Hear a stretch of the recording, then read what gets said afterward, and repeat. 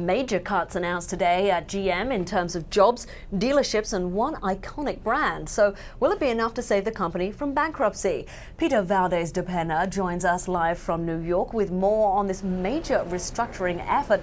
Peter, good to see you, and interesting to hear that the reports we heard Friday that Pontiac was being axed have become official today. So why did GM choose to lose that particular brand?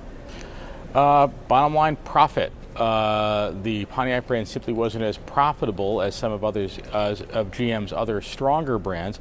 I mean, some people were wondering, why didn't this company cut GMC, since all they sell is just, Chevrolet trucks with a different front end. But in fact, GMC is a highly profitable brand. Likewise for Buick, which GM also sells in China. It sells many fewer cars in the U.S. than Pontiac, but overall it's a much more profitable brand than Pontiac. And a lot of this has to do with identity. People know what GMC stands for. They know what GMC means. People know what Buick stands for. But people really don't know anymore why they should buy a Pontiac instead of any other car. The brand doesn't mean much. It's not adding value and it's not adding profit to the company. So that's why they decided to cut that brand. All right, we know that GM has now received over $15 billion in federal assistance. So how much of GM will we, the American taxpayers, end up owning? Quite a bit of it, actually. General Motors will be able to pay back about $10 billion of its debt in GM stock. That will give the government a controlling interest, more than a controlling interest, in the final company. Altogether, GM and the UAW, the United Auto Workers, which is also getting some of its retirement costs paid for in GM stock, those two entities together will own an 89% of General Motors. Wow. So the government will be essentially running GM? In a sense, yes, the government will own a controlling interest. Whether or not the government runs GM, I guess, is going to depend on how much does the government want to run GM.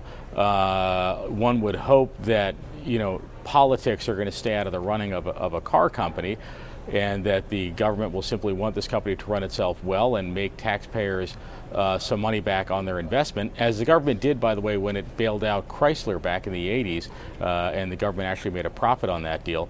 So we're going to have to see how that plays out if this goes through. Yeah, we would all like to see a profit being made there. All right, well, we've got the 23,000 jobs being cut, and in addition, GM says it plans to cut its number of dealerships by 42%. So, Peter, that of course leaves us wondering, how does it plan to maintain its market share? It's going to have less dealerships and fewer models.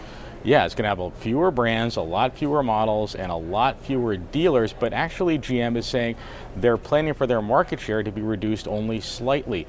The theory here is that GM will be able to spend more money on marketing the brands that it has left, more money on developing better products for the brands that it has left, and it should be able to, it hopes, maintain its market share in that way, and when the economy comes back, return to profitability. Okay, so if it's cutting the jobs and the dealerships and the brands, and it negotiates with bondholders and that works out, can it stay out of bankruptcy? If everyone says yes to what they're being asked to do here, yes, GM can stay out of bankruptcy, although CEO Fritz Henderson did say today he thinks bankruptcy is actually more likely today than it was a few weeks ago. And remember, when we say bankruptcy, we're talking about a Chapter 11 restructuring. So the hope there is to use the bankruptcy courts as a tool to force the kind of changes that bondholders, for instance, might not be willing to accede to on their own. You could use a court and a judge to make them agree to some of this stuff. The government has said they have no intention of letting GM die, so a bankruptcy is not necessarily the end. It could just be another way to make some of the painful changes that need to be made without having to ask everyone's permission to do it.